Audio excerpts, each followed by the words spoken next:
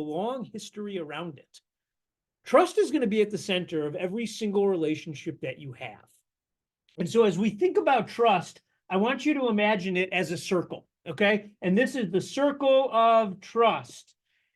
It would be comprised of four things. Number one, up here, you'd have empathy, which I'm not 100% certain how to spell, but I think that's close. And what empathy means is understanding and caring.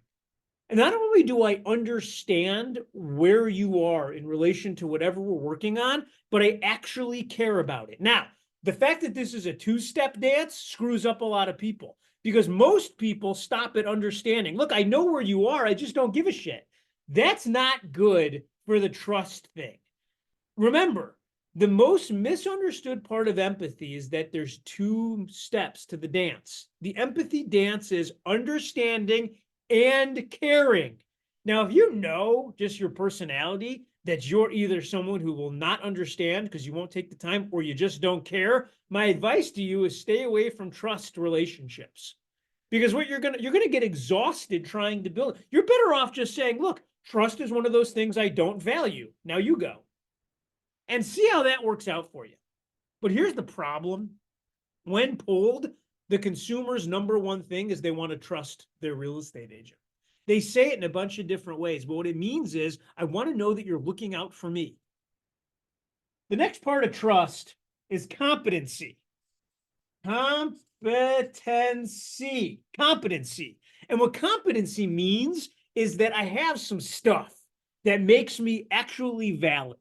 So if I was asking you to trust me with your 4-year-old, you would be a fool to do so because my skill set doesn't match that.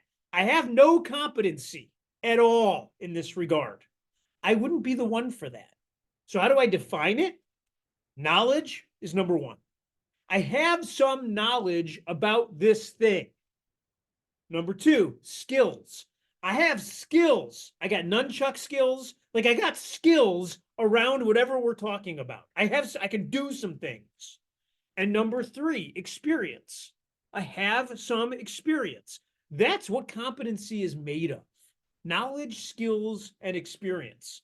So if you understand where somebody is and you get it and I understand it and I care about it and I'm trying to get them to trust me to help them with it, I have to then demonstrate that I'm competent to do it. If I don't, it won't matter what else I say. Like if you were hiring me to teach Spanish and I told you, not only can I not speak it, I don't understand it either. You'd be insane to trust me to do that job. Does everyone follow me?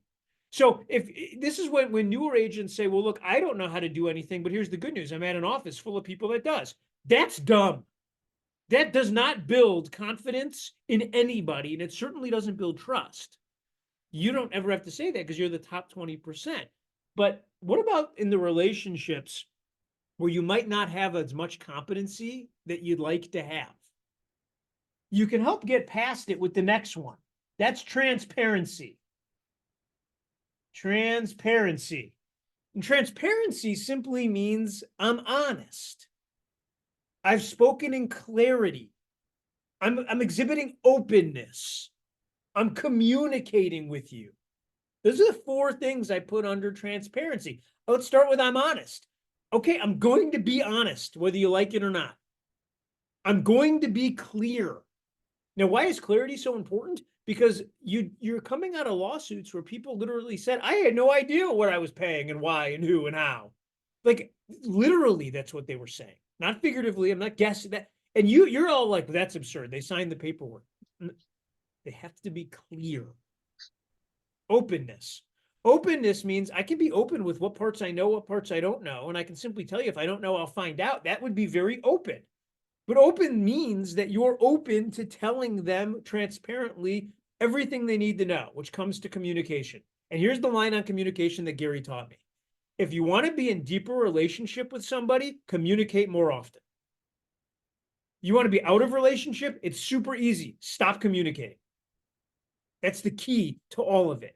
I had a buddy call me the other day and said, hey, I'm agonizing. I got to break up. He's a great friend of mine. He's in love with this man. They've been dating for an extended period of time. And he said, we need to break up. And I said, this is the easiest thing in the world. Just stop talking to him.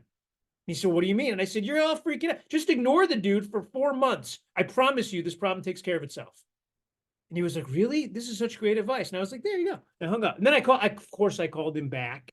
And I said, look, I was joking. That's not the way you deal with someone that you love. But I want to demonstrate to you that relationship, everyone's wrapped around the axle. It's really easy. When I want it and I care about being in deeper relationship, I communicate more often. When I don't, I stop communicating. Not you people, but other real estate agents, they don't communicate really well with their brokers. And one day they walk in and say, I'm leaving. And the broker's like, oh my gosh, why? We have such a great relationship. And if you haven't spoken for the last 2 years, I don't know that you do.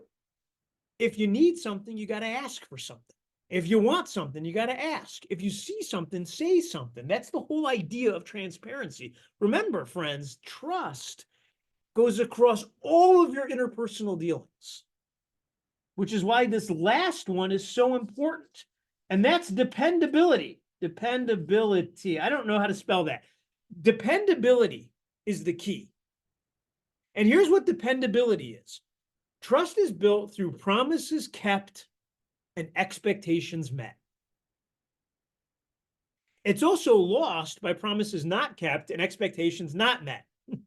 So but forget how it's lost. I could draw a different circle for that. It's kept with promises kept and expectations met. That's dependability. The reason it shows up fourth on my trust circle is because you can do all of this. And then the minute that you make a promise and don't keep it, or set an expectation and don't live up to it, trust is challenged. And trust takes forever to build and moments to break. You all know that. Here's the reason why. Once one of these things is no longer true, any one of them, then the circle is incomplete for a moment. And then we have a conversation, we apologize, and then the circle is complete again. But once one of these is so irreputably broken, because time and time again, the person fails in that category, that's when the relationship is shattered and it's no longer salvageable. It's done. And you know how this feels. Anyone on this call that's ever broken up with somebody, or broken up with a business partner, or a person, or gotten broken up with because you're one of the people that didn't live up to this. That's the story of my life, freshly divorced. Thanks. But thanks for bringing it up. Really appreciate it, Matt. I'm just saying, like, that's why it happens. And I can tell you unabashedly at this stage in my life, there is nothing more personally shattering than wanting to be loved by somebody who no longer trusts you. Because it doesn't matter what you say. It's just not there anymore. And if it's not there anymore, then really nothing else is either, because the only thing you can replace trust with in a relationship is fun. It's like, well, I just want to have fun together. Great. It doesn't run as deep as trust. It just doesn't. And so when you look up, this is the discussion I think that you need to be having with yourself, which is, on the listing side of the business, am I demonstrating these things in my dealings? And if the answer is yes, awesome. On the buyer side, am I demonstrating these things? And I want to enter this idea into the ethos that if you think the answer is an immediate yes, it might be for you. But I would be really shocked at that, because I've been collecting buyer presentations from all over the country, and I can tell you they're not as complete as you might think. And so I'm going to urge you, because buyer side conversations are going to be a conversation in 2024 and 2025. How does this show up for your databases? How does this show up for your buyers and sellers in your buyer and seller presentation? And then how does this show up in your interpersonal relationships and business relationships? Here's what a great exercise to do. I want you to think about the people right now that you actually want to have a trusting relationship with. And just for fun, let's just pretend we're all real estate agents. Everyone can start the list with buyers and sellers. Great. After that, who is it important to you that trust you? And who is it important that you trust? If you're anything like me and you're doing this exercise, I wrote down my parents. Like, I'm lucky enough to still have both of them. It's really important. I wrote down my son. I wrote down the people that work for me, with me. But in an org chart, it ends up being for, not with, which is weird. Who else is on your list? I got news for you. Your team leader better be on the list. Your OP should be on the list. Matt Green, John and Dupree, these people should be on the list.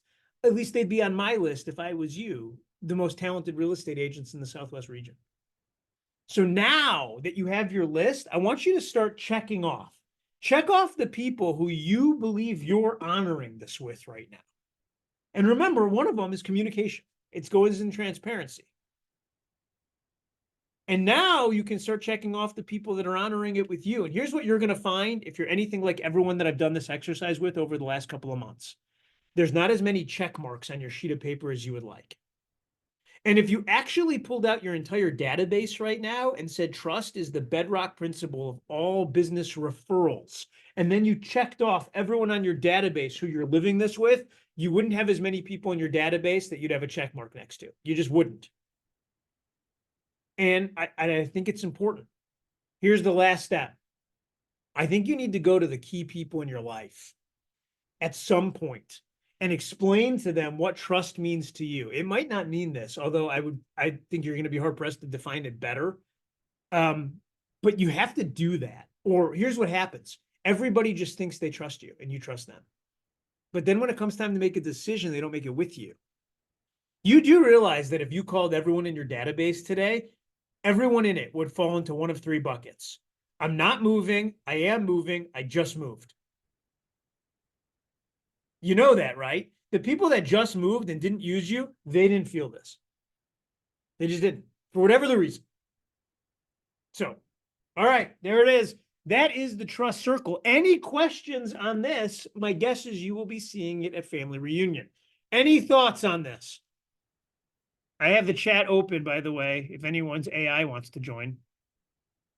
Jason, it's empathy, competency. Is that the second word? Empathy, which is understanding and caring. Competency, which is knowledge, skills, and experience. Transparency, which is honesty, clarity, openness, and communication. And then dependability, promises kept and expectations met. Love that. And it starts here and it goes this way. So I am huge on the trust circle, and I think I'm really hard on myself, like when I feel like I've ever done anything to kind of jeopardize the trust circle. So I think I guess for me it's like if I even mess up a little bit, I feel like I'm jeopardizing this trust circle. But I think I'm getting into my own head a little bit about it. Yeah. So I think a lot of people felt the same way, which was why originally it was a trust triangle. And Aristotle had written it, and it was ethos, pathos, and logos. And that's a structure that to me feels so much more defined because, you know, triangles are the most solid structures there are when they're equilateral, right? So the reason I made it a circle was because with circles, maybe that happens every now and then. Or maybe it's this one today. But at the end of the day, they come back. And I kind of think of the trust circle. You can't stretch a triangle, which is why I think, and this is going to sound really stupid, I think Aristotle was wrong. I know, Matt, don't judge. But it was an incomplete thought because the idea that trust was going to have equidistant lines that were always going to measure the same aren't. In my mind, sometimes for different people, different things matter. And the trust circle can be stretched like a rubber band. And so, yeah, there are going to be times when you're going to find that it cracks or it indents or it implodes like that. But it can always come back. It's only when it's absolutely shattered because of repeat infraction that it just is destroyed. So I would probably tell you, Cassandra, you probably have amazingly strong and trusting relationships because you're so worried about making sure the circle is even there. Thank you. And that is correct. I always tell people I'm not a salesperson. I actually suck at it. People only work with me because they trust me. So yeah, no, I think it's really important to do. I was sure, you know, the circle. We just wrote it, trying to improve on Aristotle's thing because of the inflexibility of the original model, which of course dates back to like the beginning of time. Anyway, no one tell Aristotle. What else? Anyone? Any other thoughts on this? Hey, Jason, Melanie, Hi. Arizona. Yeah. I find I have to pull back on empathy sometimes in my appointments because I am an empath, so I feel things very hard. So if they're sharing something very powerful with me and I have to stay in that professional lane, I've learned I've had to scale back on that and then amp up on the transparency part. Yeah, that's the thing about the circle, right? In order to give people trust, you have to know who you are. That's why everything, and it's kind of out of vogue now, which is really sad. But like when I was coming up in KW, we had this thing called the AVA, which was this personality assessment, and it cost $250 per person that you did it with. And literally the most expensive thing in my life was the money I was spending on AVAs. I had a stack like this because I was constantly trying to understand people and get to understand people and understand myself, because all of this is always going to be built through your filter. And your filter is a really amazing thing. You know, your filter has these three parts. Number one, you have mind. You have this mind of yours, and it's just your voice within it. Number two, you have thoughts. This mind produces thoughts. And then number three, the one that's screwing you all up, is you have consciousness. And consciousness is thinking and understanding the thoughts that you're having, but attributing them to someone else. Meaning, rarely do you have a thought and say, well, that's just me in there. And I know I don't know what the hell I'm talking about. Instead, you have this thought and your consciousness is like, that's right. You're right. You're so right about that. The weird part is it says that about everything. And you know that's not the case. It's like hiring someone who is completely unqualified to be your life coach and yet letting them make every decision for you. Those are your thoughts. So yeah, you're going to have to pull up and push down on certain things. For me, it's around transparency, because in order to have honesty and clarity and openness, I need to slow down in the way that I communicate. And that's a real challenge for me. So I've set triggers to kind of help me do that. Mark Willis has triggers around his office as well. He has one, he has a dump truck, and it's to remind him to bring other people along on the journey. So yeah, thank you for being transparent. And yeah, everyone's going to react that way in different ways. Anybody else? Cool. Okay. Well, that's trust. So now I'm happy to talk about anything that anybody wants to talk about. Thanks, Justin. Any questions from the group? Any topic? Oh, shit. I have a question. Thank God. And I might be getting into my own head about this. So I had a referral from a previous client, previous couple, or what am I trying to say? A couple who was a previous client, they had their in-laws moving to Arizona. And so I helped them, and they ended up just being renters after everything was said and done. But now the rental property apparently is like infested with bugs. It's just a really bad experience for them. So I am concerned that it's going to jeopardize my relationship with the people. No, you're not responsible for bugs. Just because you put them in one of Brett Tanner's houses isn't your fault. Okay. Yeah, I wouldn't worry about it. I mean, you can't take responsibility for that. Remember, outcomes are not your fault. How you react to them are. So be there and call this person every single day and check in with them and ask them 3 times a day, what can I do to help you? And you come out of every situation. Remember, no one is judged on their mistakes. Everyone is judged on how they make action after a mistake is pointed out. In this case, you didn't even make a mistake. The bugs did. And so you have nothing but greenfield ahead of you. Just show up and care like crazy. Okay. Absolutely. And it's a great day when you can make a Brett Chandler joke. Leah, what do you got?